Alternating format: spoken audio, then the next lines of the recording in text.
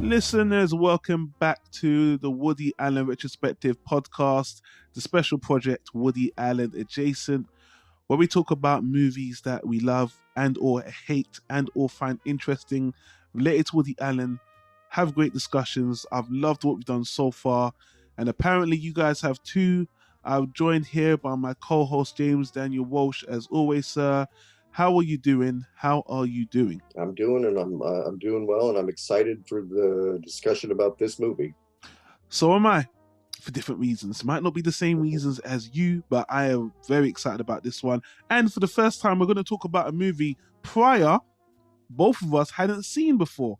Am I correct in saying you hadn't seen this movie before recently? It was in my queue list, but I hadn't gotten around to watching it. Same here. So we're coming fresh, opinionated, no back thoughts. Let's just do it.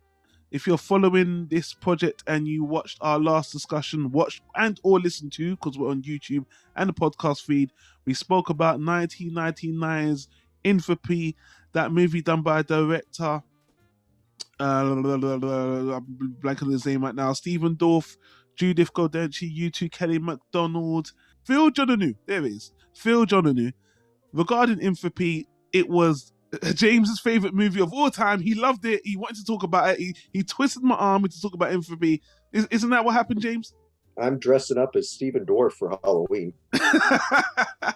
Which Stephen Dorff? Blade Stephen Dorff? Or No, Entropy Stephen Dorff. Entropy Stephen Dorff. So you're basically just walking around looking like yourself then.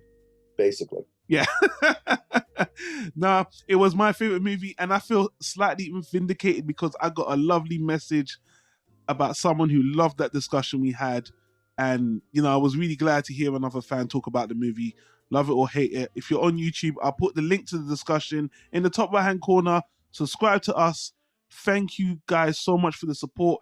And if you want to do us a favor, why don't you consider reviewing this podcast on iTunes? It'll help the algorithm. It'll help us grow. But we've got quite a few listeners already. I appreciate you guys. Let's get on with the show, with the next film up for discussion. James, would you mind telling us what we're going to be discussing today, what the movie's about, and then we'll have a good old discussion about it. We're going to be talking about the 2019 Netflix original Marriage Story, starring Scarlett Johansson and Adam Driver as a married couple going through a bitter divorce and custody battle. Yes, that's pretty much it. That's pretty much the synopsis. It was written and directed by Noah Baumbach. Oh my God. The pronunciation of names is killing me. And I'm a guy of ethnicity. It's unforgivable. Noah Baumbach. I've got some clips where we're going to actually hear from the director. And you know what, James? Before we even get started, I want to mention something.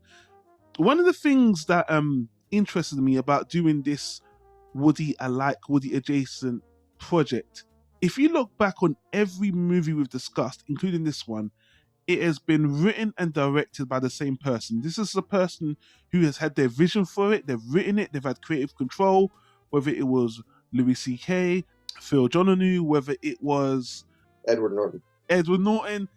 It's just great to see films. I mean, more often than not, you're going to see films by committee, writers, different directors, but these movies have been focusing on, which isn't always going to be the case. It's the same director, the same writer, the visionary behind the movie. Now, this movie in particular, it's about a married couple going through the divorce. And I found it to be a very enjoyable movie and story, but a tough watch. And something I could relate to as a child in a quote-unquote broken home going through divorce, and even as a sibling, like I've seen my brothers and sisters go through divorce. This movie didn't hit me as hard as the reviews I read. Most reviews I read would say this movie just depressed the hell out of me. It was good, but I felt horrible. I didn't feel horrible because parts of this movie are big parts of my own life, which I'll get into.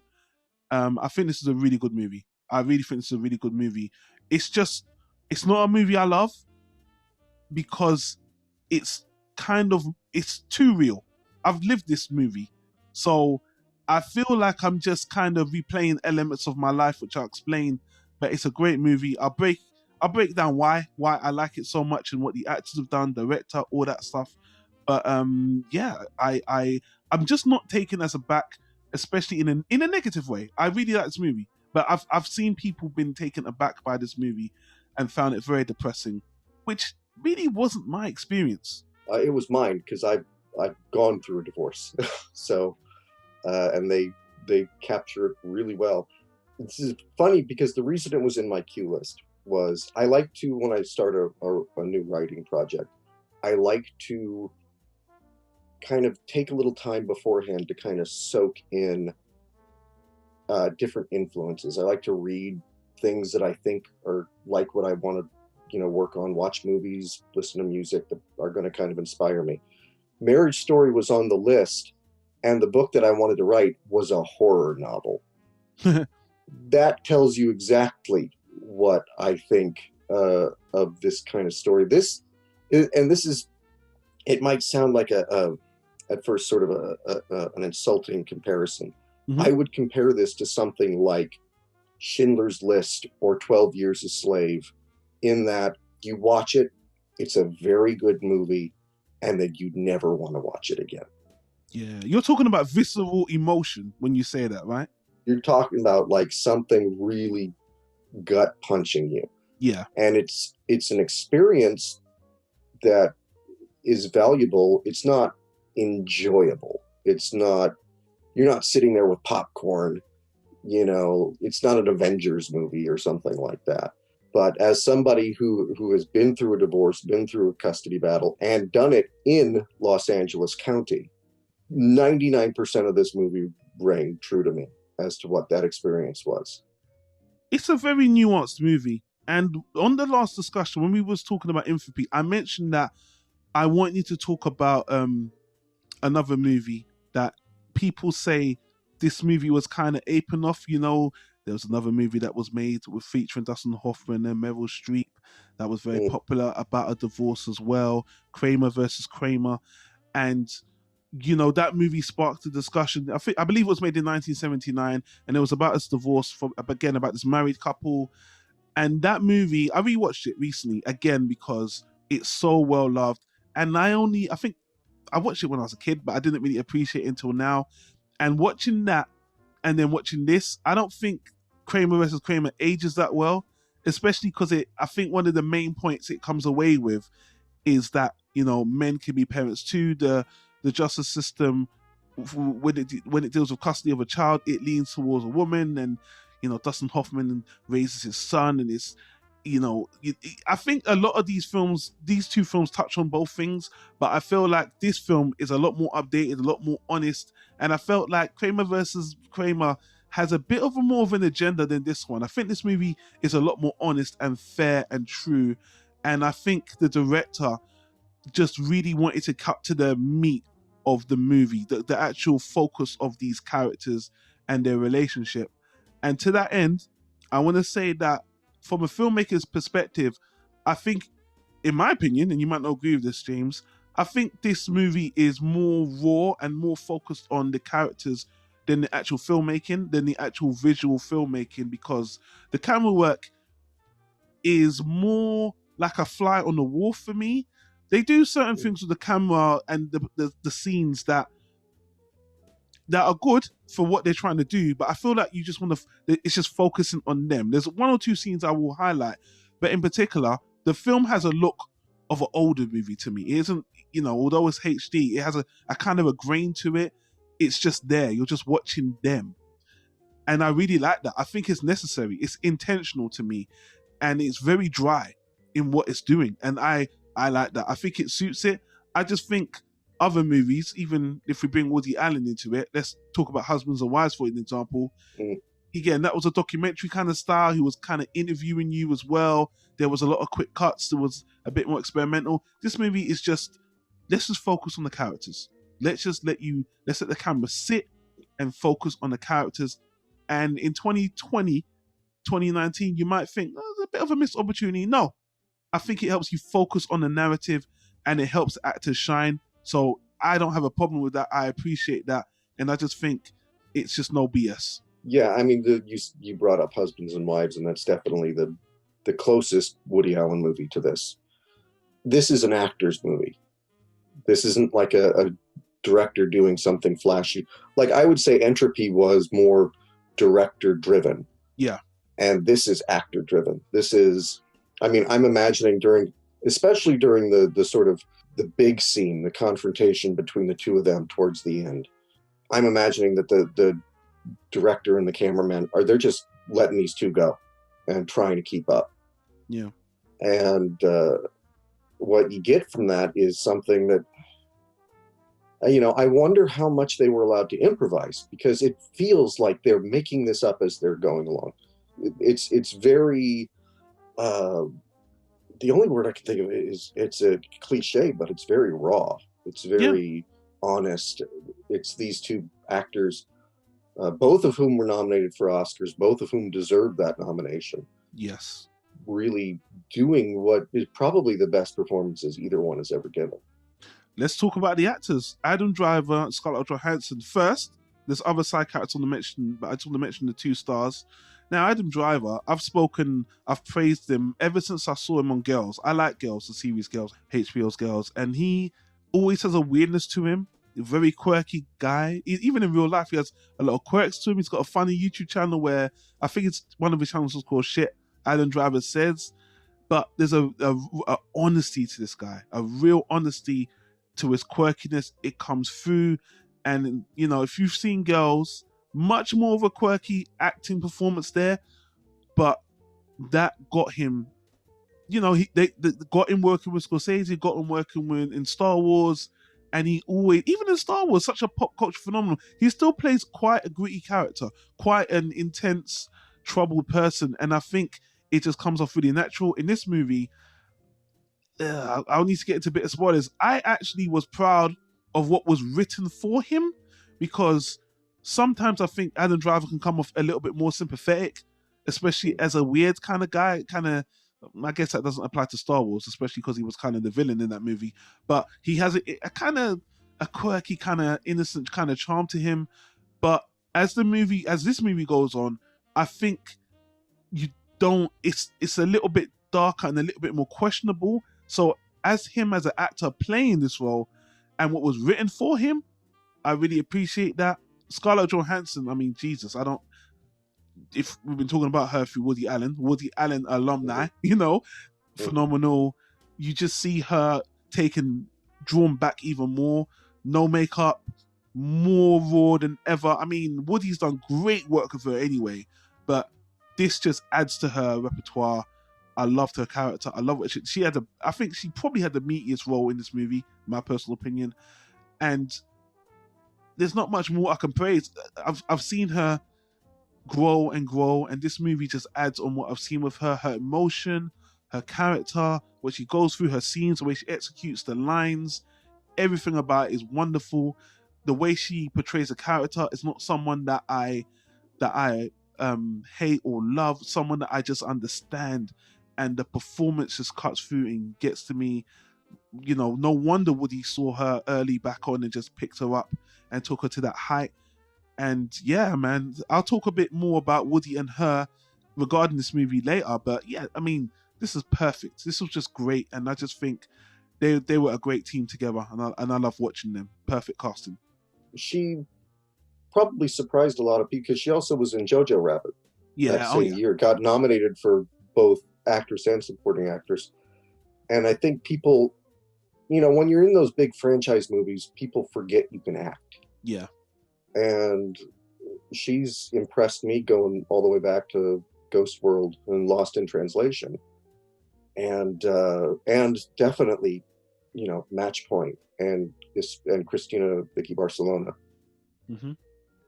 This is it's funny because this is a kind of movie where nobody in the movie, you were saying Kramer versus Kramer had sort of an agenda. This doesn't. Yeah. There's not a villain. There's not a bad. In fact, I think that there's people that you lean more towards their side, depending on your own experiences.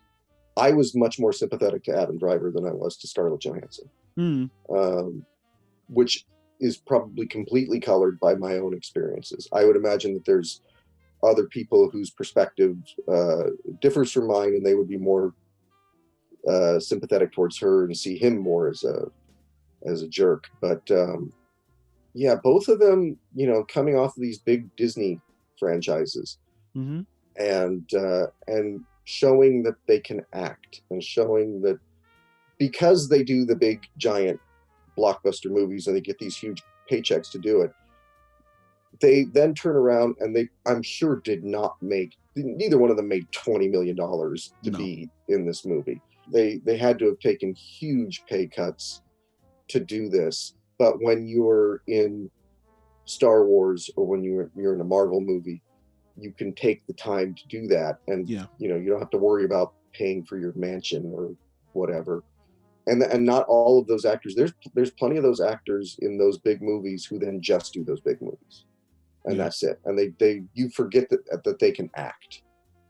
And these two really, really asserted themselves as top of the game actors. You just brought up a point I want to bring up. And then we'll bring this. It's very related to what you just said. When Robert Downey Jr. was doing the Iron Man movies, he stopped and did a movie called The Judge, just to show he can act and he can just do a drama.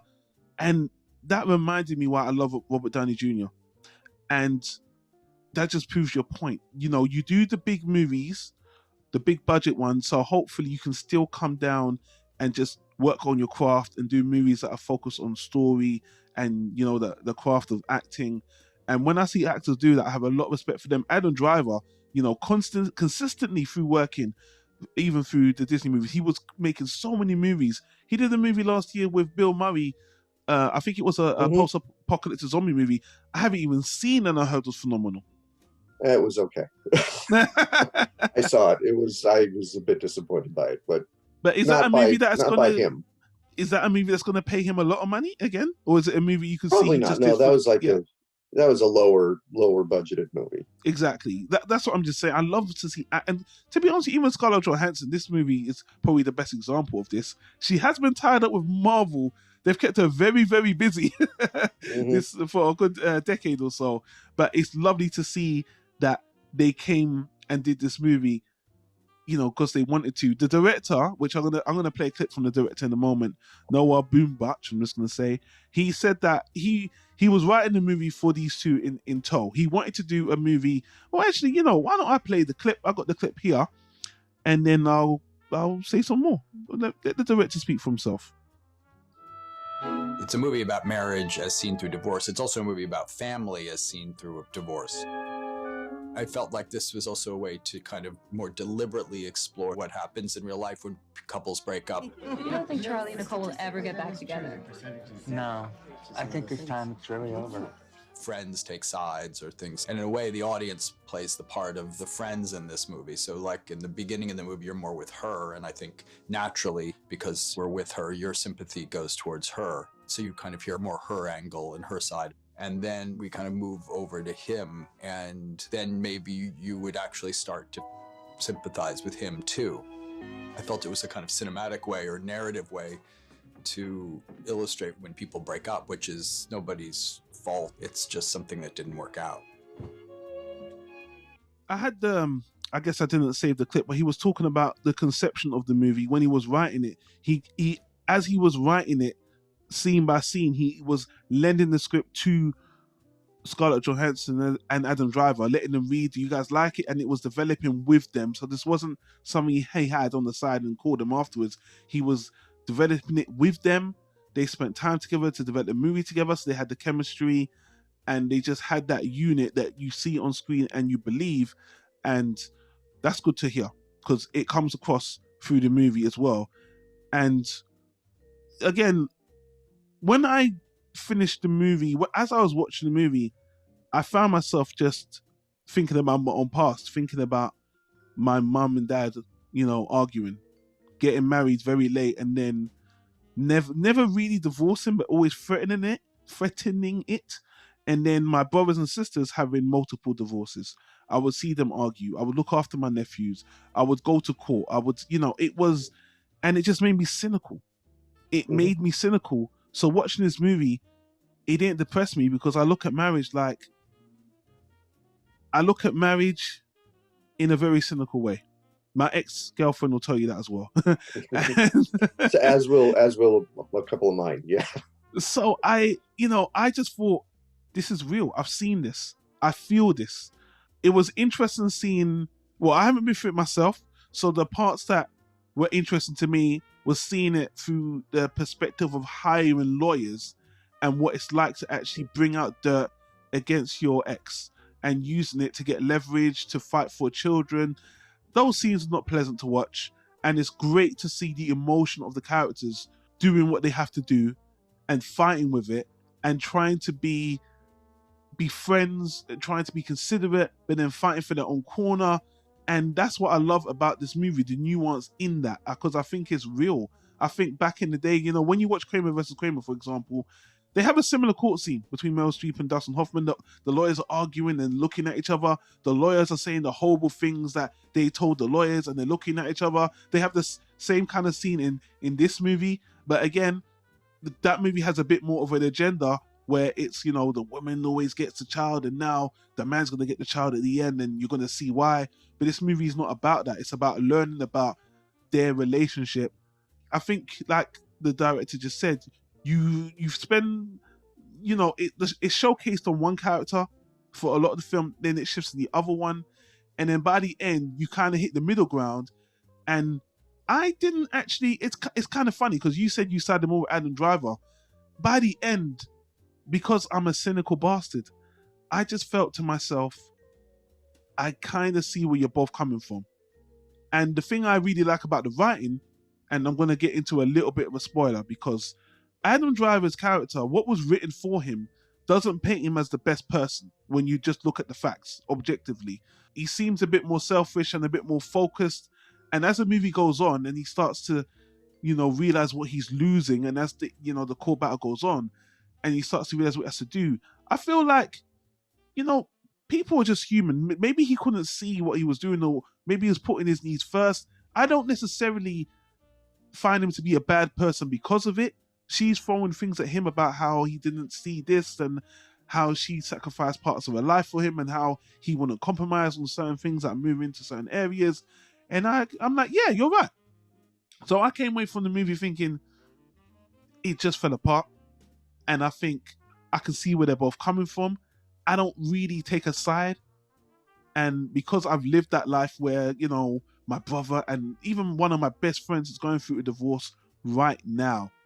I love my friend. I grew up with my friend for 20 years. But his wife, I consider her a friend. She's got the kids. So I'm meant to see him as the villain.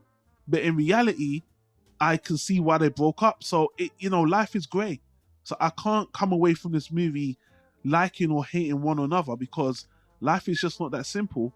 And I think that's a testament to the writing, where I just came away from the movie saying, yeah, that's life, man. That what can you say? It was just a good, honest performance. Yeah, the way that I looked at it, and the movie starts with them already broken up. So you don't ever see them as a couple. So really what you know about them as a couple is what the other person is saying. So we're seeing that he's selfish because she's telling us that he's selfish. And at least from what I could gather from what he was saying and from Scarlett Johansson's performance, she never really asserted herself until she said, I want a divorce. Yes. And, if she had, I kept thinking, are they going to tell me that they went to counseling together? Or they, that she said, we're going to do this or else? Did she ever try to lay down the law? Did she ever say, if we don't move to LA, that I'm going to leave you? Instead, it just sounds like she was really bad at telling him what she wanted. And he knew what he wanted, and she didn't. She keeps saying, I did what he wanted to do. And what I got from it was not because he was saying this is the way it's going to be, but because she didn't know what she wanted it to be. So he was making the decisions because she was letting him. it sounds like there was parts of their life where she asked him to compromise, and he kind of shrugged her off, though. Like in Yeah, but particular, yeah, go on. there's a great line where she says, well, we discussed that we were going to move to LA. Yeah, and he says we discussed redecorating the living room. We never did it. It's something. It sounds like she was never really asserting herself and saying, this is something I want. It sounds like it was just more of her saying, well, this might be nice if we did this. What do you think? And he didn't want to do it, and she didn't push it, so it went nowhere. And I've been in that relationship where afterwards they're like, you never listened to me. I wanted to do this, and I wanted to do this, and I wanted to do this. And I would go, when the hell did you ever say that you wanted to do these things? Because there was no assertion of it. There was no, it was sort of just these ideas that, oh, maybe it'd be nice to do this. Does she deserve blame for that, though? Because some could argue that he's not being sensitive to her needs. Does that mean they're a bad match then? Because maybe a more in tune, sensitive person would read into that and ask her more. But then you might say, I can just anticipate you're going to say that he's not responsible for that. He shouldn't have to, bring out her desires or, comfort her more or bring it out of her. She should be able to, as you said, strongly put those feelings forward instead of just timidly being like, oh, we should. And he's like, yes, no. So yes and no. It sounds like he really knew what he wanted to do, and he was much less concerned with what she wanted to do. So as long as she wasn't asserting it, he wasn't going to bother to ask. Yeah. And so what you have is just this, what from the outside, even to the two of them, probably didn't look dysfunctional. They're successful. They're contributing to each other's success too. Like she's sort of kind of a star when they meet, not in these sort of flighty teen movies. Yeah. And then he turns her into a respected actress, and in turn her popularity grows his theater company. So from the outside, it looks like they're a great couple who are, working together as partners, and internally they're not working together at all. I mean, yeah, it's I agree. I didn't come away, like I said, I came away thinking that he's painted a bit more negatively, in a way. I just felt like he comes off a bit more as the bad guy, and I actually appreciated that because the film, and even the director says that when the film starts, you see it from her perspective, and it kind of follows her. But by the second half, where it focuses a bit more on him, he just seems a bit more oblivious. So then you come away from the movie feeling like, were they just a bad match? But then, like you said, did she really fight for the relationship? Did she give him a real chance? Did she really show him the error? And then you just realize there's some relationships where they end because of that. Because just like this movie, it could just end that way. So I didn't find the movie depressing. I was just like, I've seen this, and I get it. And I think yeah, what I found depressing was the actual court stuff. Yeah. Because, and this is where I can speak again from experience. And I don't know what it's like now because my divorce was almost 20 years ago. And I don't know what it's like in other parts of the world. But the Los Angeles family court system is a disaster. One criticism I would have for the movie is that they're both rich. So the story of these two rich people who can just write a $25,000 check, who can fly back and forth, constantly from LA to New York, is not, I don't think, as interesting as it would have been if they were more middle class. True. That's interesting. Yeah. There's a little bit of like me watching it going, oh, I feel so sorry for you two rich people. But I once I picked up this book in the library that Alec Baldwin had written, and I wasn't going to check it out. I was just like, oh, Alec Baldwin wrote a book. I wonder what this is about. And I started flipping through it, and I ended up checking it out of the library and reading it in a weekend because it was about him going through his divorce and his child custody case.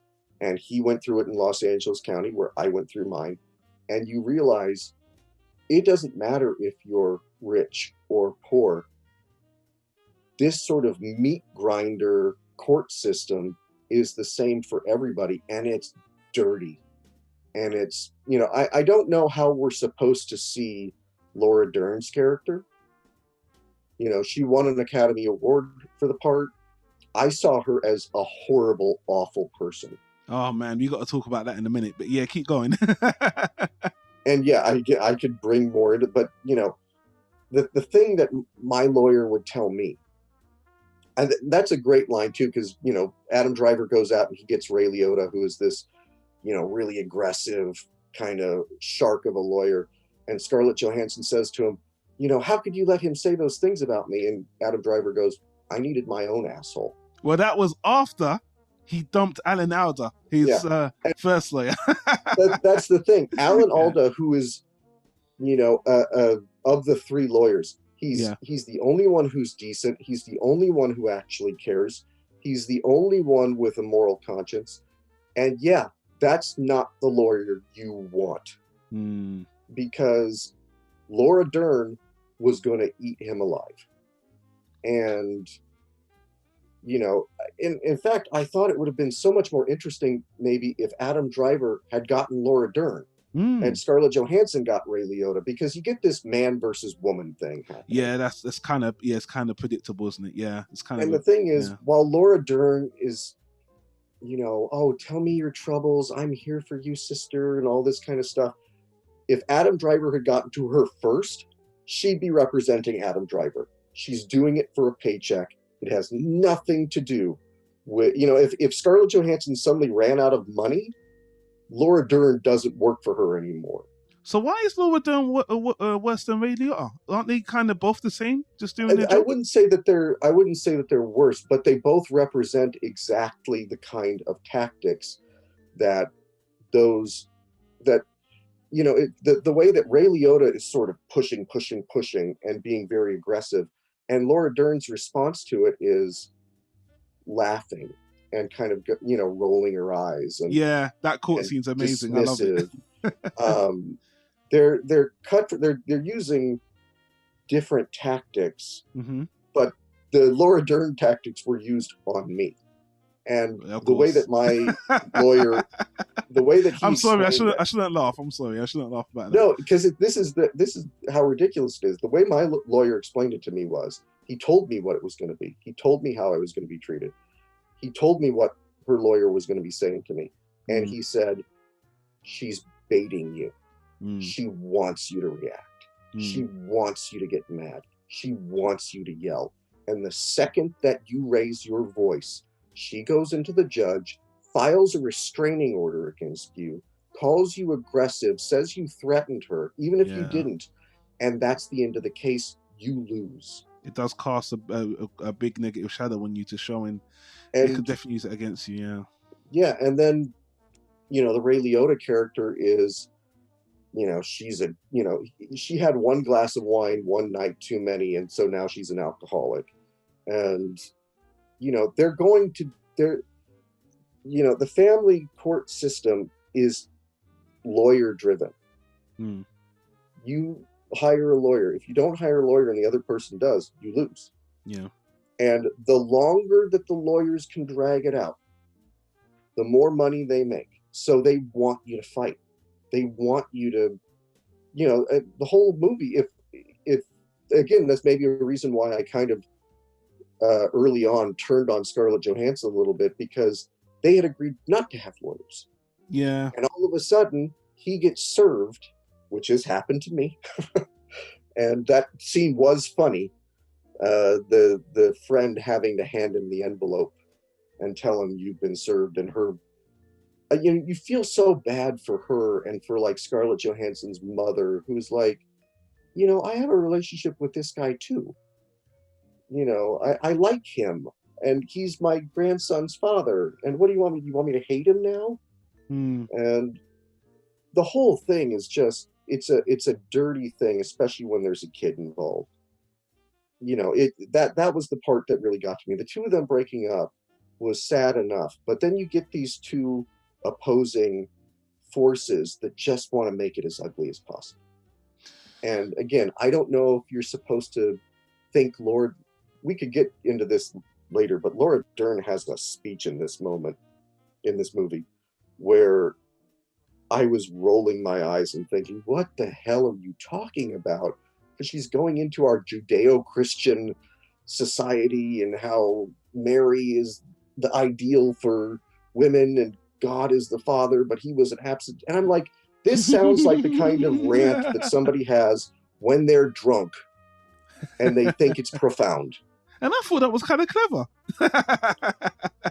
Yeah, I was just listening to it going, and again, it made me turn on Scarlett Johansson a little bit more because she looks like she's like so enthralled by this. Yeah. And I'm just thinking, what does this have to do with your case? Just why are you bringing God into this? I thought it was slick talk to wind or wind her prospective client. I thought, yeah, she's doing her job. She's whining and dining them and, giving those lyrics, and that's seducing her into, yeah, I need this lawyer. She knows what she's talking about. So I thought that was a good representation. But her performance then, do you think it deserved the nomination that she got? It's hard for me to judge because every now and then there's a performance that somebody gives where they play such an awful person that I stopped liking the actor. Oh no! And don't say that. Eventually, like if you like the one that I always think of is Bradley Cooper in Wedding Crashers. Like for years after that, I couldn't watch a movie with Bradley Cooper because I hated him so much in that movie. Oh man, Bradley Cooper. I've gotten over it. I've moved on past that. But for a little while, especially like I don't know if this is a late in life acting path that Laura Dern is taking, but there's been a couple of movies now that I've seen her in the last few years where she plays the kind of man-hating person who is supposed to represent female empowerment, but really to me is just sort of how ugly and nasty can I be towards men. And the thing is with this movie, again, I felt like the movie maybe could have gone into this because it's fake. If Adam Driver had gotten to her first, Laura Dern would be representing Adam Driver. Yeah. And so when they try and, Scarlett Johansson goes to her the first time and she starts to break down and Laura Dern kicks her shoes off and sits on the couch with her and holds her hand and everything. Yeah, the soul sister moment. And I'm thinking, she wants your business. This has nothing to do with her actually caring about you or your kid. Yeah. At least with the Ray Liotta character, you get that. Like, that's made clear. Ray Liotta is just like, this is my job. If you can't afford me, somebody else can. Like I said, of the three, Alan Alda was the only one who was a decent person, and he had to be gotten rid of because there's no room for decency. He had to be gotten rid of. I love the way. So you're saying, to summarize, Laura Dern did her job too well. That's the takeaway I'm getting from what you're saying. I don't think it's that she did her job too well. Her performance was fine. I could have used a little bit more nuance in the script, which I think you kind of do get in the last, well, I'm sure we'll get into some sort of spoilers later, but in the last scene with Laura Dern and Scarlett Johansson, you get the sense that Scarlett Johansson, by the very end of it, is looking at her a little differently because it's a win or lose game. I know what you're talking about. It's the last comment she makes about there's a moment where Scarlett Johansson's surprised she did something extra she didn't have to. Which, by the way, a lawyer wouldn't do. Yeah, which I understand that was just totally unnecessary. And, I was like, that does seem a bit over the top and unprofessional and maybe even unethical, really, because that's ruining someone's life just that bit more just because, which is the throwaway line she basically says. But let's move forward, just breaking the movie down a bit more. What did you think of the cinematography? Like you said, it was very, it doesn't draw attention to itself. Yeah. It's a really big contrast between this and Entropy. Yeah. Where the cinematography is sort of trying to, it's part of the movie. You know what I mean? It's a performance unto itself. Yes. And in this, it has to be invisible. You have to feel like you're just, my parents didn't get divorced, but they should have. And I remember one time watching them fight, and I was sort of stuck in a corner, and I couldn't get out of the room without walking between them. Yeah. So I just sat there as they argued for like 2 hours. Yeah. And that's the sort of feeling this movie gets. Like you're stuck in a corner and they forgot you're there. Exactly. And which is the intent. Yes. And they did it very well. I don't know. I'm sure this probably was nominated for cinematography, but if it wasn't, I don't believe it. I don't believe it was. Let me play another clip because I just want to interject these while we get talked through so we can break things up a little bit. This is Adam Driver talking about the movie as well. Just a little bit of how he feels about the movie. And Noah Baumbach, the writer, director, wanted to tell the story of their relationship almost from its beginning through the lens of divorce. So telling a love story through the scope of its ending. That's kind of what I think he set out to do and what it's kind of about. And then it gets into, the technical part of the performance in a way of divorce, how that can be, regular human interactions that are somehow suddenly put in lenses or boxes and used against you in court. How it can be very impersonal. The two people who start out with the best of intentions of trying to separate as friends suddenly gets, overrun by other people's opinions and other people's agendas, and you kind of just desperately want them to find that kernel of the thing that interested what they loved about each other to begin with. And I think he does a really hard hat trick of telling a story through a very specific lens, but I think it's very relatable to anyone, not necessarily if you've even been through a divorce, but if you've been in love even, or have experienced love transitioning into something else that you weren't prepared for. I thought it was I was thinking of a movie about a relationship that really depressed me. And people say this is one of the most ultimately depressing movies about the end of a relationship or the breakdown of a relationship. Have you ever seen a movie called Blue Valentine? No, I've heard of it, but I haven't seen it. With Ryan Gosling and I can't remember the other lady's name. She was in My Night with Marilyn. Well, I can't remember. I love this actress as well. Michelle Williams. Yes, and Michelle Williams. Wow. If you want a movie that is depressing about a breakup and not necessarily even a divorce, but the deterioration of a relationship, that is the magnum opus. Honestly, such a great movie. I was like, now that's a movie that really shows it to you. But one thing I appreciate this movie, it's not trying to drown you in the depression of the breakup. It's just trying to show you the perspectives about their lives. And I think it does it really well. I think that makes it interesting. Talking about some of the side characters, and this movie in a way is a Woody Allen alumni movie. You got Wallace Shaw, who is one of the main characters in Woody's upcoming movie, Rickin's Festival.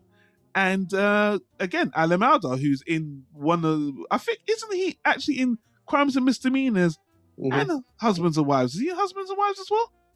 I don't know. No, he's in Manhattan Murder Mystery. And Everyone Says I Love You. And Everyone Says I Love You. Yeah, these are Woody Allen alumni.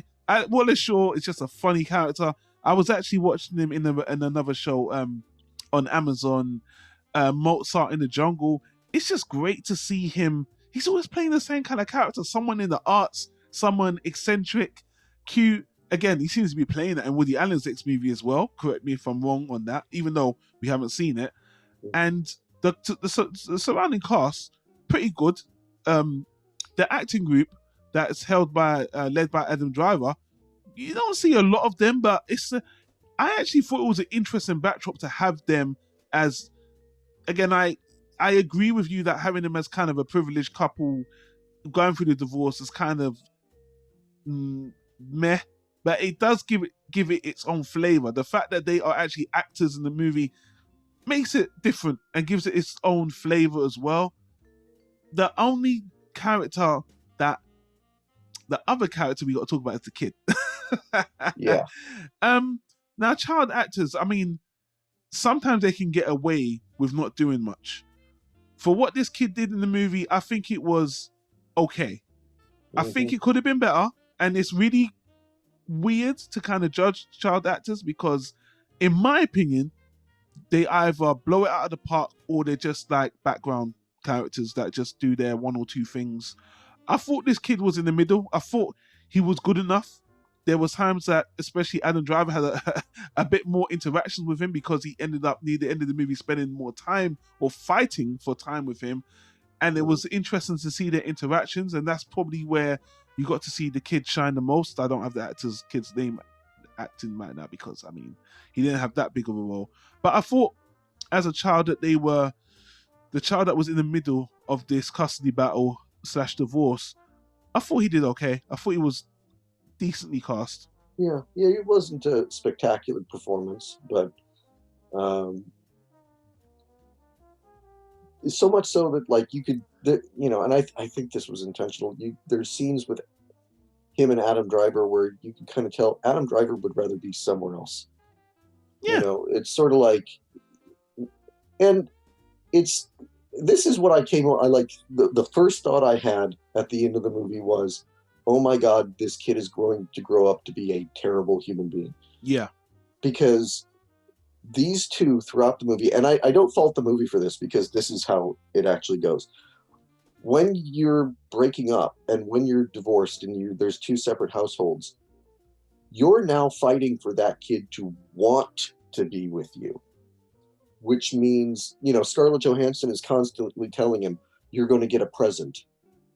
I've got a gift for you. I've got something to give you. And you get that feeling of her. She's stopped parenting. She's now trying to make him want to be with her over Adam Driver. And he's doing the same thing. Yeah. And so things like discipline go out the window. You could see like Adam Driver is trying to maintain that a little bit. And the kid is not listening to him anymore because he'll say, I don't have to do that with mom. And you add on to it that they're rich, that kid is going to grow up to be a sociopath. Like, I pity that whatever person. You could make, like, in 20 years, you could make Marriage Story 2 and have it be about this kid because he is definitely going to grow up to get married and divorced a few times. And it will usually be his fault that the breakup is happening. Because he will never know boundaries. He will always be coddled. And I don't fault the kid's performance. I started to find him annoying. Not because of the kid, but because of the, I don't want to do this. I want to be over here. I'm going to wear this costume instead of the one that I agreed to wear that somebody made for me.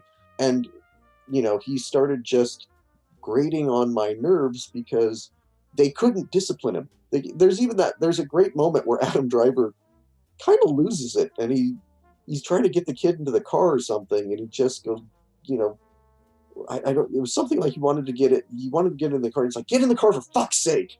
Yeah. And he takes a moment, and he realizes he's saying this in front of Scarlett Johansson, and it could come back in court. But he's walking around. He's like, I'm sorry, but for fuck's sake, get in the car.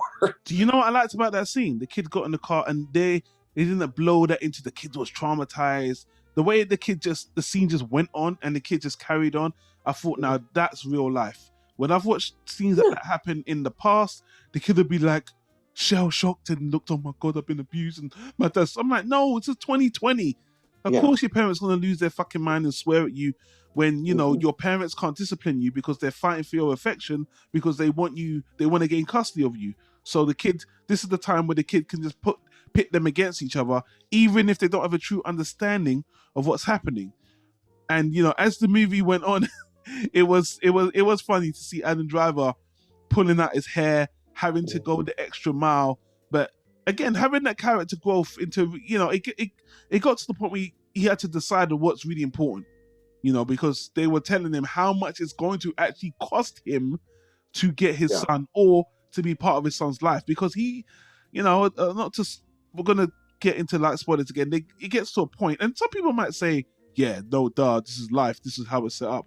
Where the judge, his attorney was telling him like, listen, this ain't gonna go your way. Mhm. You need to, you're probably gonna lose this, and if you want, this is what you're gonna get, and this is what you're gonna have to sacrifice to even get that. And what he has to do to get the best of his son's attention is damaging to his own career and to what he's built in the past, And he kind of has a breakdown when he realizes that, this is his life now. Which again, great acting. I love the realization, and I like the decision the character went, because again, this was written for the character to go this way. This movie could have went in the way where, he truly cares about his career more than his perceived family or the family he's losing, but doesn't necessarily go that way, which made it to me more interesting. This movie could have been written in a way where that wasn't the case. Yeah, I mean, and I do. It does drive me a little bit crazy in the movies where a couple's breaking up or something, and the guy is demonized for having a job. Yes, and they do that a little bit here, but it's not, it's not overdone. Alan Alda has a great line that I've thought this so many times. He says, you're fighting for your child, and in doing so, you're spending all the money that you should be spending on your child. Yes. And my ex and I were not rich at the time, but I can tell you that over the years we spent enough money on lawyers and court that we could have easily paid for our daughter to go to college if we had that money.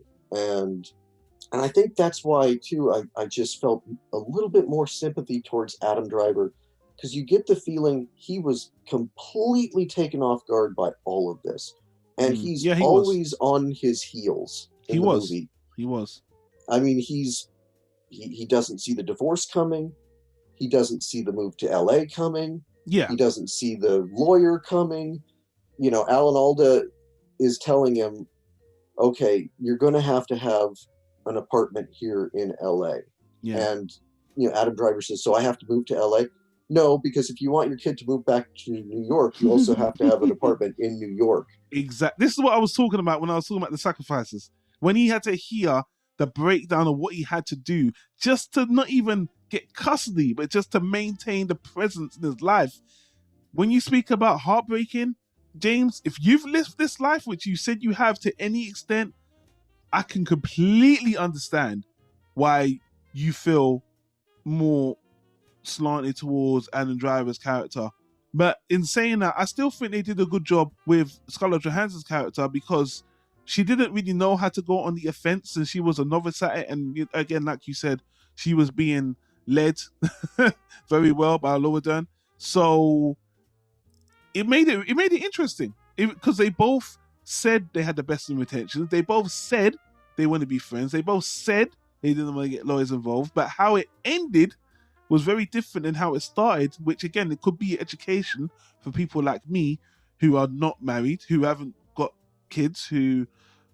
I think this movie does a really good job in educating. And again, even though I'm British and we have different systems here, I think there's definitely some common ground in how these things can go. Because I've heard the horror stories. Again, I had a sister who went through divorce of a child. I saw how that went. It never ends. They still got kids. You still have to go here and there. You still have to meet the other person. You're tied to them forever with the child. So watching this movie, to me, again, because I'm still living this life in a different aspect. I'm not one of the parents, but I'm just a character in this play. I just think they've done a really great job. Actors did a phenomenal job. And yeah, I although I don't take a side per se, I felt like I really like how it was written, because I think hearing what you're saying now, I don't feel like I can use the word fair, but I feel like it's I feel like I want to say something like fair or even. I feel like the limelight on each character is divvied up really well, where if you go back, and I keep going back to Kramer versus Kramer, it's focused on Dustin Hoffman. It's focused on him taking care of the child. and it's really kind of slanted towards that. It's got more of an agenda with that. And I'm not saying it's a bad agenda, but I'm just saying the hand is a little bit more revealed to what they're trying to portray. It was still a good conversation starter at the time, but I just feel like you can't make Kramer versus Kramer today. And again, Dustin Hoffman is, got his own problems. But yeah, this is a much more balanced story about marriage and divorce, in my opinion. And, I will, like I said, I think depending on your perspective, the movie doesn't tell you who to root for, who to root against, or if you should be rooting against either of them, or if you should be rooting for either of them, because at different points in the movie, both of them come off like assholes. I think just my thing with her was that indecisiveness that, was... what's that song from the 80s? Don't You Want Me, Baby? Yeah. And there's a line in it that even when I was a little kid and I heard it, it always bugged me because, the guy singing it he's I don't know if he's supposed to be a music producer or a movie producer or something, but he discovers was working in a hotel. I can't remember the words. He was working in a hotel bar. I hear at work all the time or something. And he's basically he's discovered this woman. He's made her famous. He's given her big break.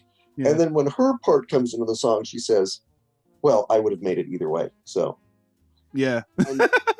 Even as a kid, I was thinking, really? Probably not. So there is a little bit like her indifference to the fact that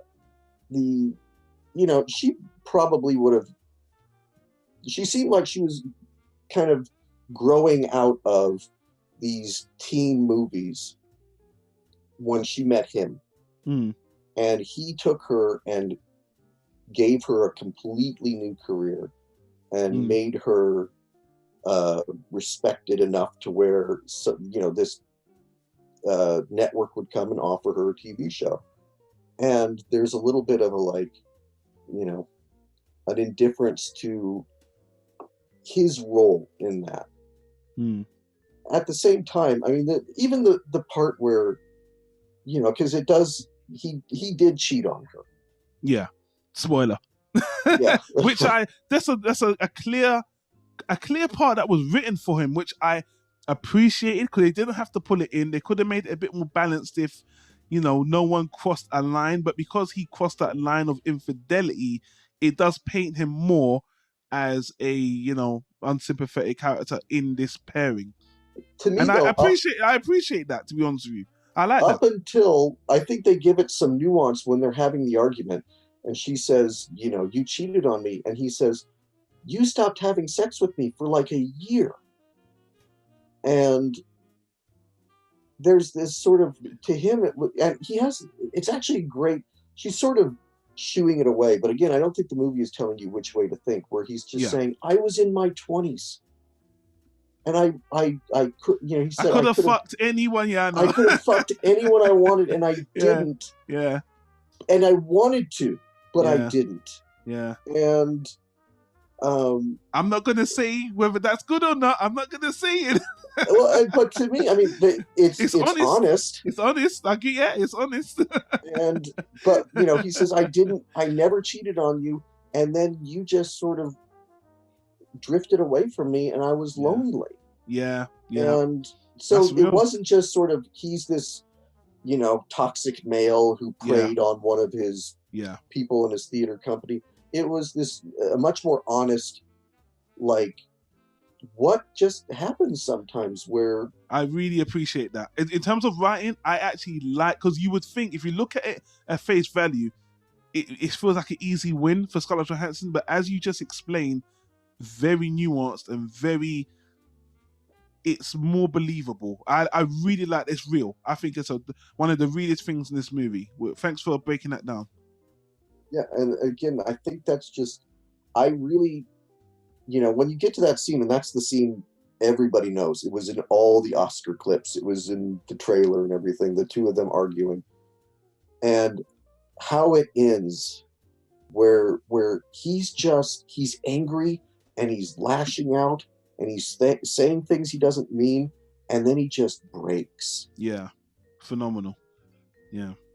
That's the tragedy of this kind of a situation, is you have this person who is the person you are closest to in your entire life, the person who you think that you're going to be with forever, the person who knows all of your secrets, and you've trusted them with all of your secrets.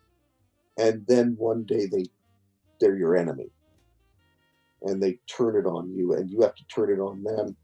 And you're doing it because, and this is something that is sort of stated by Laura Dern at the end of the movie. In every one of these stories, there is a winner and there's a loser. Mm. And somebody, doesn't mean that like one parent is going to be ostracized completely, but one parent is going to lose out on being a parent more than the other. Before you finish that thought, let me play the second to last clip, because you've really teed this up perfectly for this part, and then I'll let you finish that thought. For a movie that is largely involved with their divorce, it's a love story. Yeah, very much. And you told see at the end.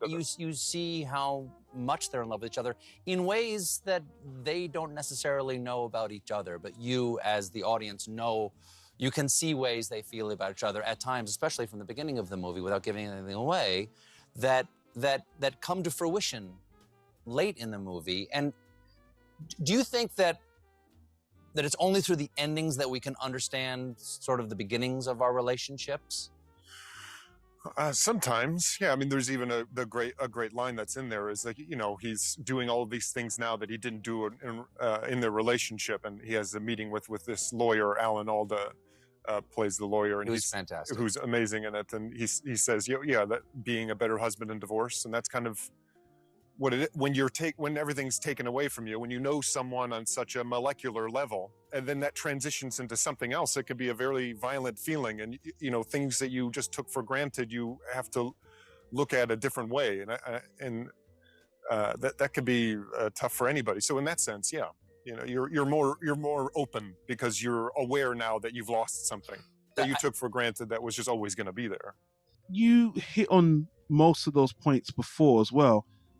I'm going to let Scarlett Johansson have the last clip near the end, but I just wanted to interject that before I forgot, because you were just ticking all them boxes of what he was highlighting there as well. So sorry, I didn't mean to trample on your thought right there, but yeah, I'll let you keep going. Yeah, I mean that sums it up really well. I mean, I always think about, you don't think about it until, because when you're, and that's another, everybody keeps telling both of them, one day this will be over. Because in that moment, that's your life. That's your entire life. That's, you're completely consumed by it, and you hate the other person for putting you in that position. But then as time goes by, like, you start to realize the things that you've lost. And like the thing that I always think about is like the in jokes that you have with somebody that you're with, the kind of secret language that only the two of you have. And things that, an incident that happened, and then it's this sort of joke that you keep going back to, and then you don't have that anymore. It's gone. You can't, it's like the movie that sums it up best is Annie Hall, where he has the scene with Diane Keaton with the lobsters, and then he tries to recreate it with somebody else. Yeah. And he can't. And it's never, the day that I got my divorce papers, like, and they were all official and signed, was one of the, it was like this weight lifted off my shoulders. I was happy. And people were sort of looking at me going, isn't this actually sad that this happened? But in the moment, you're just thinking, no, it's done. I don't ever have to go through something like this again. And, this horrible nightmare that I've been put through is over. And that, again, is they both bring it in different ways. Adam Driver brings it in that he doesn't know what's happening. From moment to moment, he gets a call from Laura Dern. You have to file this paperwork by tomorrow, or else we take everything from you. And he's like, well, we didn't discuss that, and that's not something, I'm sure she wouldn't agree with that. And Laura Dern says, I just talked to her 5 minutes ago. And you see that on his face where it's this betrayal. And then for her, she also doesn't know what's going on, even though she's the one that's initiating it. Yeah. The divorce is her idea. She is sort of leading the way and being assertive for the first time in her life, and she's bad at it. She doesn't know what's happening. Pretty much. What I appreciated about the movie is, by the end of the movie, it's not this thing where they've both grown and flowered and matured. They're pretty much the same people. Yeah. They haven't, their lives might be different, but you can see she's still she may be a little bit more assertive, but she's still kind of being led. He might be a little less selfish, but he's still very much all about himself in a lot of ways. Well, there's 2 scenes at the end that really ties it emotionally really well, which again, we've already spoiled some of the movie, but I just want to say this. There's a scene where Adam Driver's reading a note to his child. Very emotional scene after the end of everything, which really shows that they still care about each other. And then the very, very, very last scene where Adam Driver's walking away and Scarlett Johansson stops him to do something, and then they split off. Again, very powerful scene showing the ties of this relationship of these people, and it really does lend true to my takeaway from the movie, which I want to wrap up on.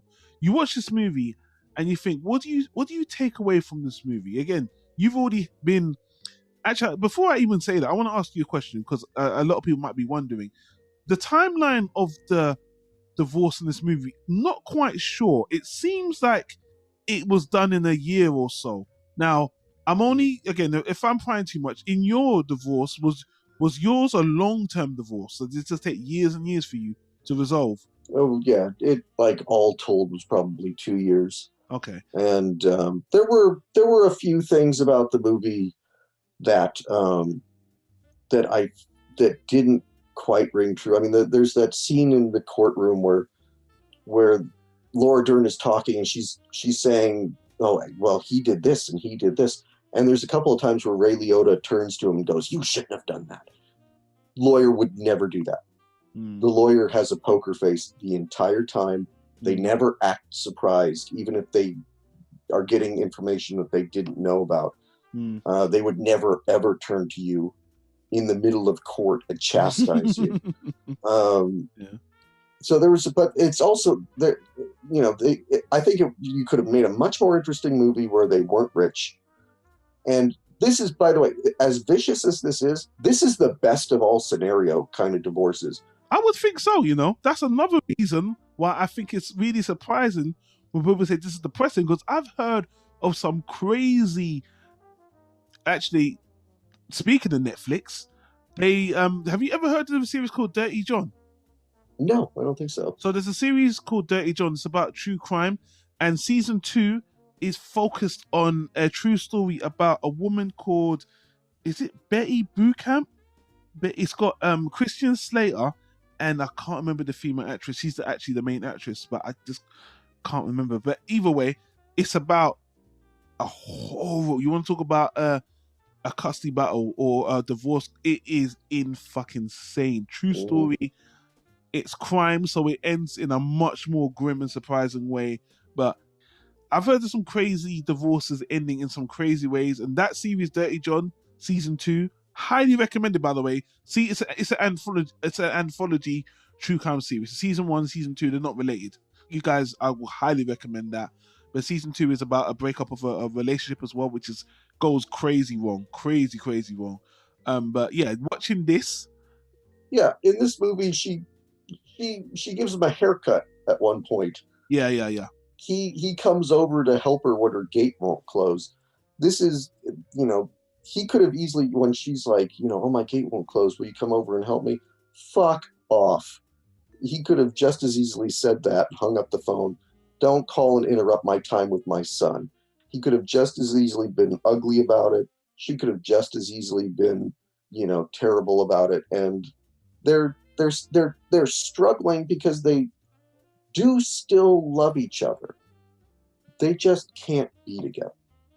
And they want to be friends. They want to do the right thing by their son. It's the best case scenario because there are plenty of divorces, including mine, where after the fact, and the lawyers have made all of their money, and discarded you into the system, where it just perpetually is nasty for the rest of it. And you've got one parent talking shit about the other parent, and the other parent trying to figure out how to navigate that. And the child, that's the sad part, the child caught in the middle. Let me play the last clip. Scarlett Johansson, how could I not play her talking about the movie as well? And we're going to kind of wrap up our thoughts on the movie because I do want to talk about the Woody Allen connection a bit more. But yeah, I really like Scarlett Johansson's takeaway right at the end. I think she's got some really good parting words about the movie. Do you view relationships differently now that you've lived through this process and said those beautiful words and kind of acted out this stuff?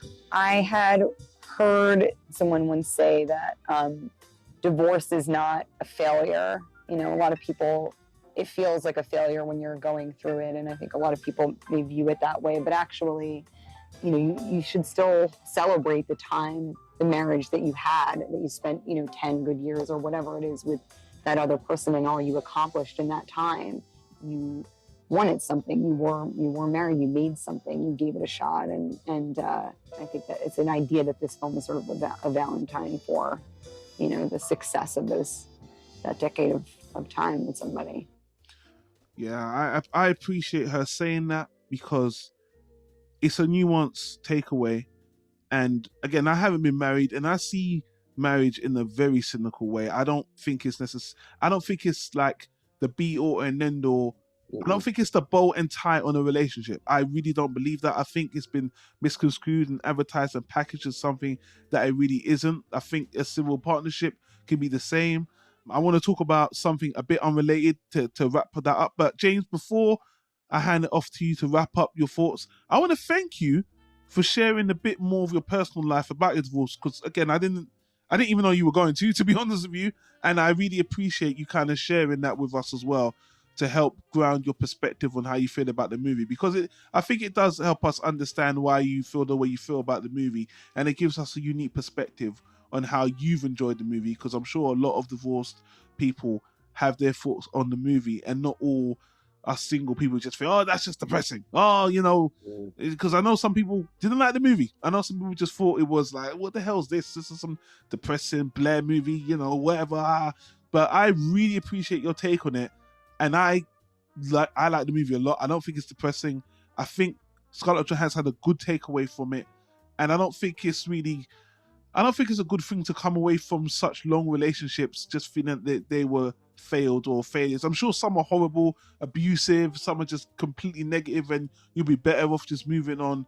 But I think some you can take something from and appreciate the person from. And, if they're going to be in your life because you've got children and stuff like that, it does bear fruit to kind of maintain a healthy, a civil relationship at best. But what do you think? What's your final thoughts?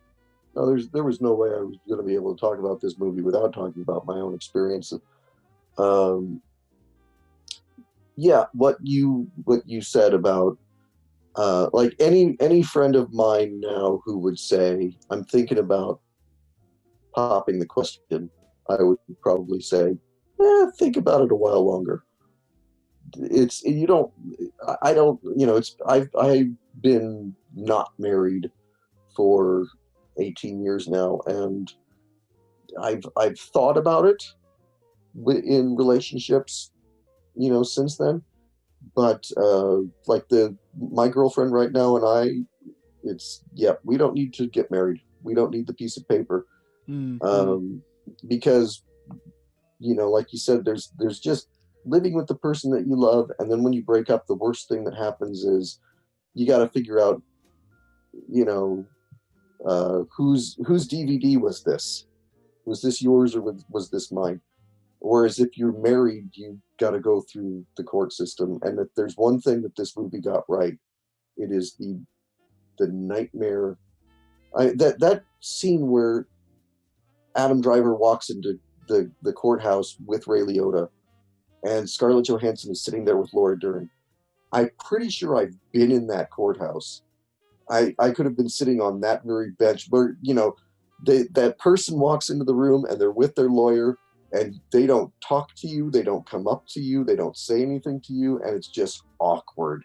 Yeah. And that's the part, if the movie is a celebration of these two people's love and relationship that they had, I think it is also a condemnation of the system that they get thrust into, of these people who only have a motivation to make money.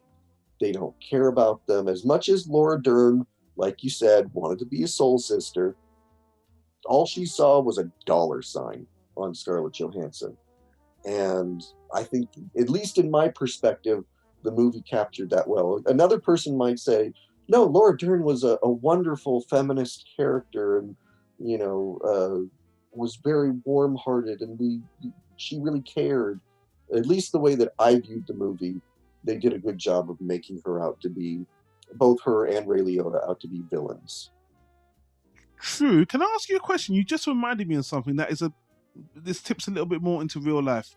Once one of my brothers got divorced and he had his child, he told me that the lawyer told him that if he hadn't got married, the law would have given her more rights than him by default, because the law is actually, if you're not in a marriage with your prospective partner, the mother of your child, and you're fighting for custody, the woman has more rights than the man inherently. And this is something that is a little bit askew in the legal system, in the Western legal system, which I found very interesting. But is this true in your opinion?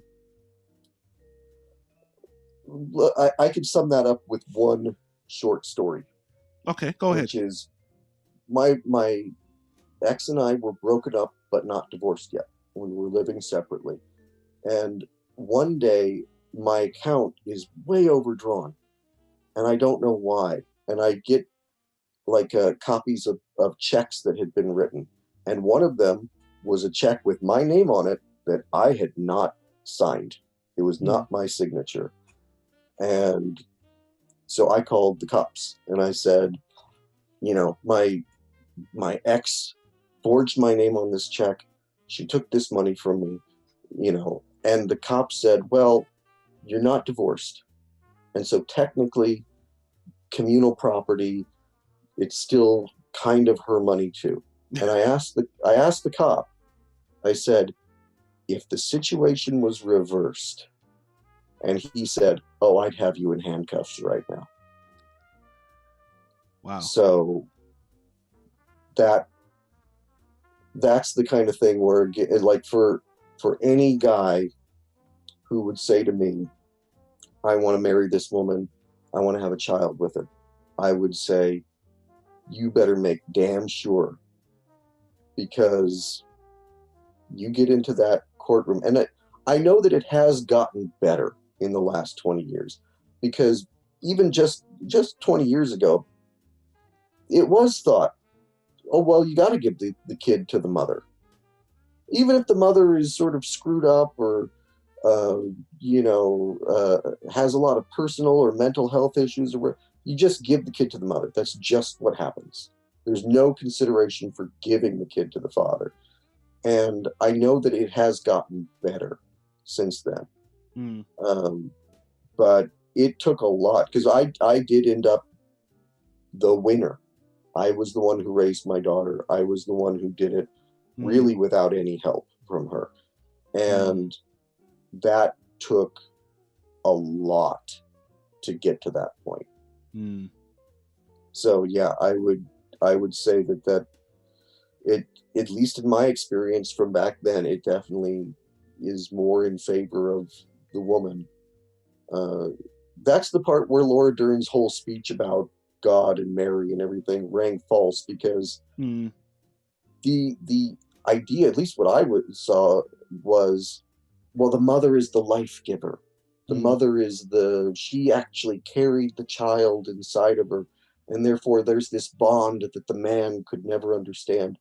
So that was my side of it. Laura Dern talking about God being an absentee father, just, again, I kept thinking in my head, I bet the writer was drunk one day and thought he said something really profound.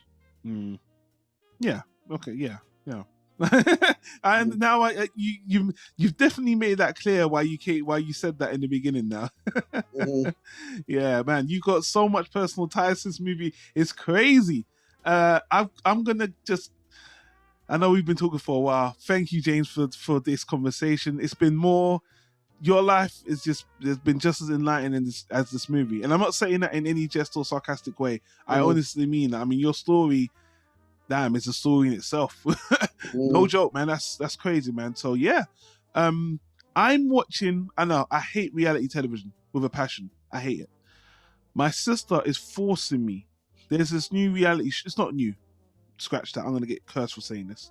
There's a reality show that is gaining steam, a lot of steam. There's always one that bubbles to the surface. I know, James, you might not watch it, and the audience might not know.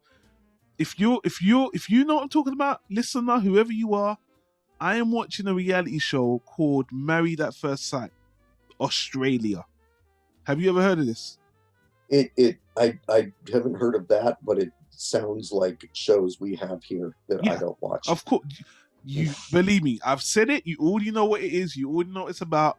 Married at First Sight, the Australian edition. There's an American one, which is just Married at First Sight. There's a UK one. The Australian one is its own beast. To cut it short, and the reason why, I'll explain why I'm bringing this up. You meet at the altar and you marry this person, and you have to make it work. And it's helmed by these 4 therapists, scientists / researchers. You know, it's so funny. We spoke on entropy.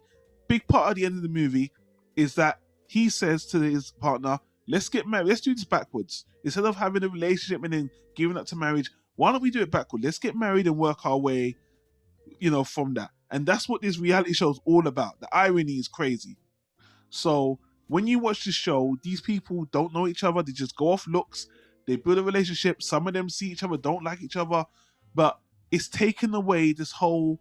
In a way, I think it's kind of doing a disservice to marriage, because marriage is the gimmick. Let's just get that out of the way. Now, you cannot leave each other. You have to be committed. You have to stay with this person for the next 6 weeks. And it is the most crazy shit I've ever seen. I didn't believe in marriage before. This doesn't help it anymore. But I think this reality show is a fantastic experiment, because it forces people to be together, throws the marriage thing out the window, and it's all about the commitment and the relationship and building that. It's a reverse dating show about getting married. This person's your wife at the altar. You say yes without knowing a fucking thing about them. And I think it's probably one of the most entertaining, interesting, and actually honest depictions of relationships I've ever seen. And I am engrossed, because unlike all these other shows like The fucking Bachelor, which I have watched as well, which is fucking trash. That's just a love competition. This isn't about love. These people do not love each other. They get married and they don't fucking know each other, and they have to grow from there. It is one of the most interesting romantic experiments I've ever seen. And I hate reality shows. I'm engrossed by it. But if my perception of marriage was skewed before, this show, the Australian version, just takes it to a whole nother level. I'm not going to tell anyone they should watch it. I'm watching it on my own. I can understand why people have been forcing me to watch this show. It's probably one of the most realist explorations of relationships I've ever seen. And again, arranged marriage is not new. It's been there since the dawn of time in every culture. Black, white, American, English. Every culture's on arranged marriage without knowing anyone. This isn't new. But putting the cameras in front of people, and it's very interesting. watching this movie while watching this series, again, marriage, honestly, I see it, as someone said in the movie, I'm not going to name, marriage is when you bring the government into your relationship and you reap the benefits. Is it really needed? Is something that we all need to think about. And this movie did that as well. Sorry to go on that spiel, James, but if anyone's watching this series, Married at First Sight Australian edition, they probably know why I just went on that little spiel. You're probably thinking, what the fuck's he talking about? No, I've never ever like my daughter's. She actually just broke up with the guy, but was living with a guy, and I never once said to her, "So when are the two of you getting married?" I was just thinking, don't do it.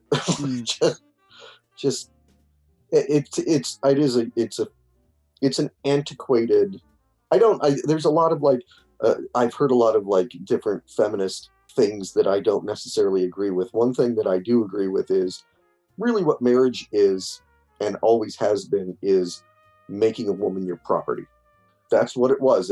It's only been about romance for the last 70 years. Mm-hmm. And it's not, you put a ring on somebody and you then basically own them. And you don't need it. Disclaimer, me and James are very cynical. Before anyone's hear that, what the fuck's wrong with these guys? I will freely admit, I said this to my ex, I'm a very cynical person, and all the reality shows, all the stupidness they push about romance, hasn't made me any less cynical. And if anything, I probably take, in saying all that, I would probably take marriage 100 times more seriously than most people. But when you watch movies like this, you can see what it can do, and it's just something you really shouldn't take lightly, in my personal opinion. But I know a lot of people dream about it and think it's, whether it's religious reasons or it's been your dream as a woman or whatever. I don't know, but yeah, I don't know. It's just it's a big deal. It's a massive deal. So I'll just leave it at that.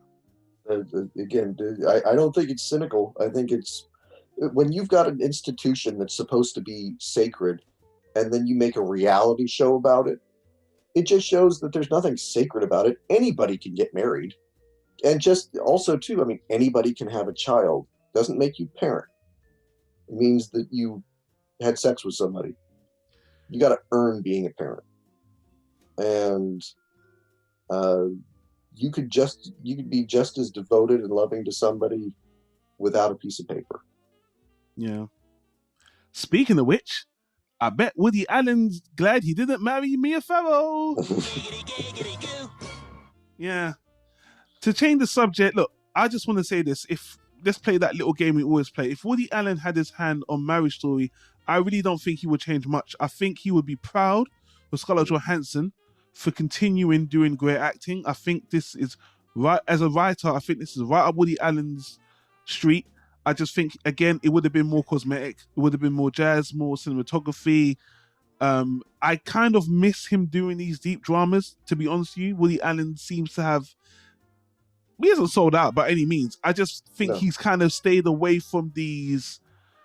Even though he doesn't make crowd-pleasing movies, he doesn't care about that anymore. He's made it very clear. He just makes what he wants to make. I really miss the movies that September.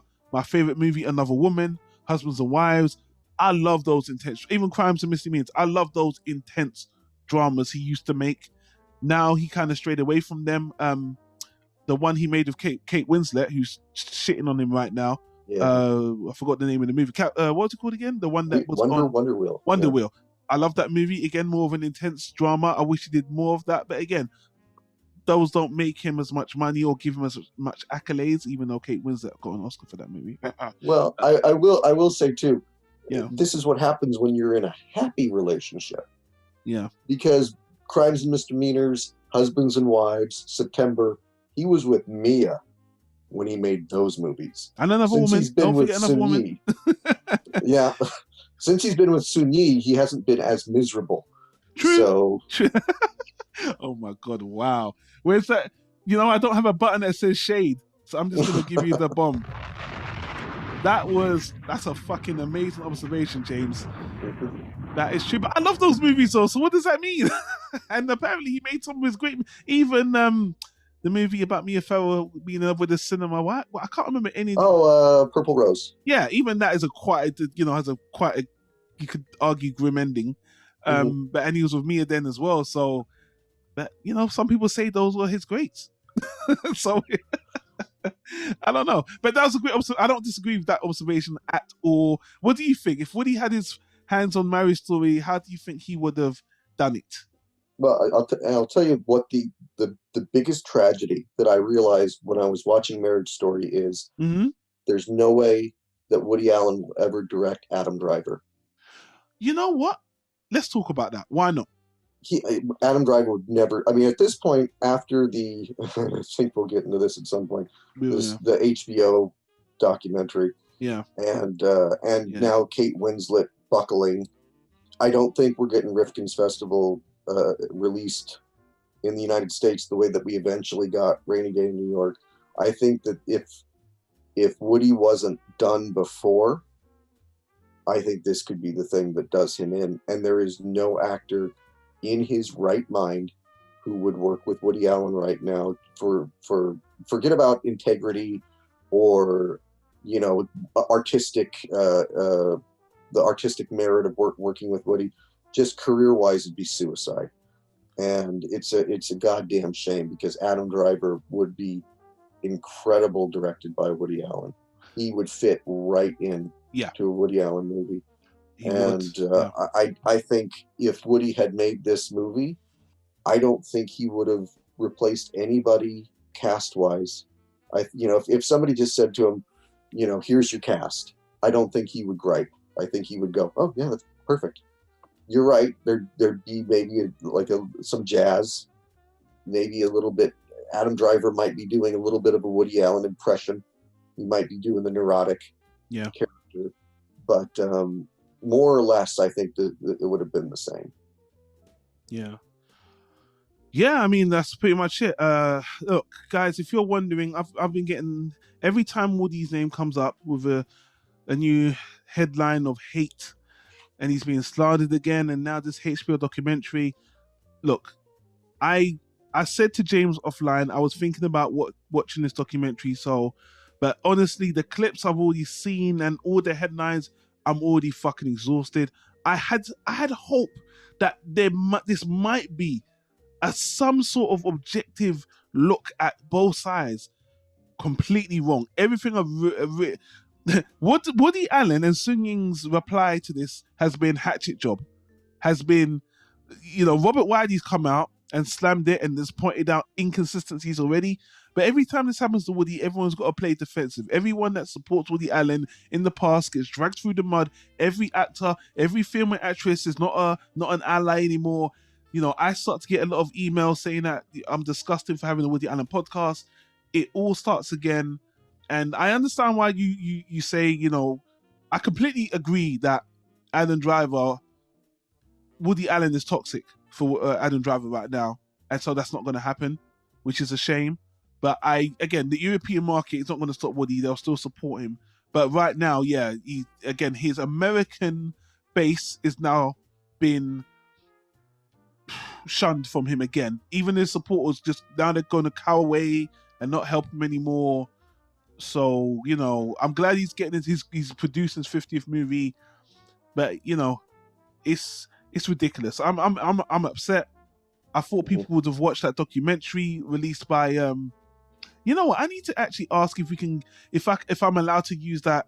By the way, Woody Allen's Innocent movie by Rick Worley. Rick Worley. I need to actually ask him if we can just insert that in the podcast feed so people can hear it, because I would have thought that most people would see that and just see the truth for what it is. But I don't want to go on and on and on. We might have a discussion about the documentary, the news, the backlash, all that shit, because people want to hear my extended thoughts on it. But here's a short version. Dylan Farrow still kind of brainwashed Mia Farrow. I don't understand how these directors can just be so one-sided, especially considering what they've done in the past, the other documentaries they've done. I can't believe how biased they sound, and it's just ridiculous. It's ridiculous, man. So I'm just... Well, and, I'm not going to watch it. I already said it'd probably be a great discussion if I did watch it, but I've actually been trying in the last month to phase out any kind of news, whether it's political or entertainment. So I every now and then I'll catch a headline or something. Kate Winslet turns on Woody Allen. I saw that. I didn't read the article, but I saw the headline. And life's too short to watch something like that and just be angry. And it's 4 hours. It's 4 fucking hours. to say what? Why is it 4 hours? And here's the thing too. HBO Max, which I am subscribed to, is pushing this documentary. They've got it, the first episode. That's their thing they're pushing. HBO Max has Woody Allen movies on it. You could watch September, Shadows and Fog. There's 4 or 5 different Woody Allen movies that they're making money off of. That's called talking out 2 sides of your mouth. And, I watched this, the Michael Jackson documentary from a couple years ago.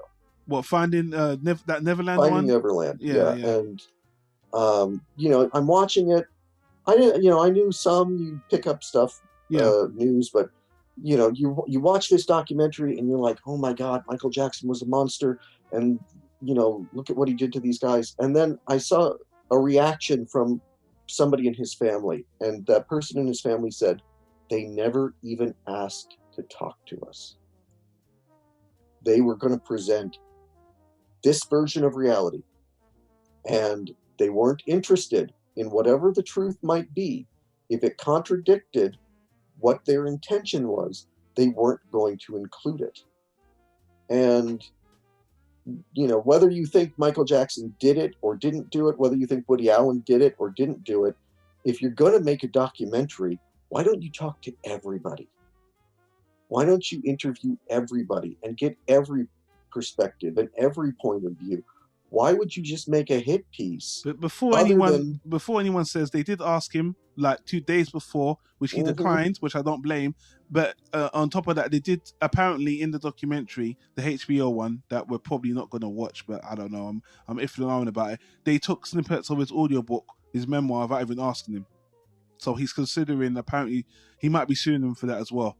I was hoping to hear that, because this is slander. At this point, I don't know why he hasn't sued. Probably because he's the energy in it, and he just constantly defending himself for how many decades? So it's been 25, 30 years. It's for what amounts to he said, she said. That's all it is. Nobody will ever definitively know 100% what happened. And, they'll bring up they'll bring up their skewed, Woody had an unhealthy obsession with Dylan. But there were 2 different investigative bodies that went in and looked into that and said, no, there's nothing wrong here. She wasn't molested. And I think Mia Farrow had unhealthy obsession with some of her kids as well, which Woody Allen talks about in the book. But I hope that he sues him, and I hope he wins. Yeah, let's leave it at that. We'll to be continued. I'm debating. I'm probably gonna wait for the dust to settle on this a bit more, because it's 4 fucking hours. If it wasn't 4 hours, I would definitely watch it. But it's 4 hours of apparently recycling stuff that's already been debunked, which just seems pointless. And I just don't understand. They're just framing Woody Allen again as the one who got away, the Me Too guy who got away, which is absolutely preposterous. But... And they're doing it because he's got a new movie coming out. Every time he has a new movie coming out, this shit happens. Yeah, well, I don't even think it's about the movie. I just think they actually just put him up as the one who got away. That's his thing now. He's the one the only one that hasn't been completely disgraced. But, guys, follow, if you're interested to following that discussion, if you go to the Woody Allen subreddit, there's so much things. They're already taking the documentaries apart piece by piece. I need to honestly get the Rick Worley on, I don't know, maybe a special episode or something, just to, I don't know, if he can even, look, I don't know. I'm just tired. Every time I read it, it's very tiring, but let's just leave it at that. Some of you asked, And that's my thoughts on it. We will see. But James, we've been speaking for quite a while. I should let you leave. But before you do, you know how we do. Before we wrap up the episode, we let the people know what's coming on the next recording. So if they want to watch and get ahead of us so we can all talk about it and enjoy it together, it's your pick. It's your turn, James. What did you decide we're going to be talking about on the next recording? Well, I am lightening the mood. And I'm going back to what if Woody had made it, they would have called it one of his early funny ones. Okay. It's a movie called They Came Together, starring Paul Rudd and Amy Poehler. This is one that it was in my watch list and then just kind of disappeared. I like Paul Rudd. I said this multiple times. There's another Paul Rudd movie we might be talking about as part of this project as well, and a much older film than that one, but I'm looking forward to it. So yeah, I appreciate you bringing us something to lighten the mood, and I really let's wrap it up. Let me say thank you, James, for sharing your thoughts, your unique perspective and experience on the subject at hand, and for checking out the movie, man. I really appreciate you and your perspective. Where can the people find you, and how can they reach you if they want to? They can always find me on Manic-Expression.com, and they can find my books available to buy on Amazon. As always, the links to the books will be in the description of this podcast. We're also on YouTube. I'm going to ask again one more time, guys, if you want to help the podcast, give us a review on iTunes. We've had some plus and minus reviews, but I want some more positivity. If you guys enjoy the conversations, you want to support us, do us a favor, go to iTunes, find the podcast link, log into your iTunes, leave a review, or leave a review on whatever podcast platform you're listening. Leave us a comment on YouTube and let your friends know if they're interested, if they're not Woody Allen fan haters, or even fans haters, or whatever we do. But guys, I appreciate the support. Thank you for listening. Thank you for subscribing. We'll see you next month. And thank you, James. Listeners, take care. Peace.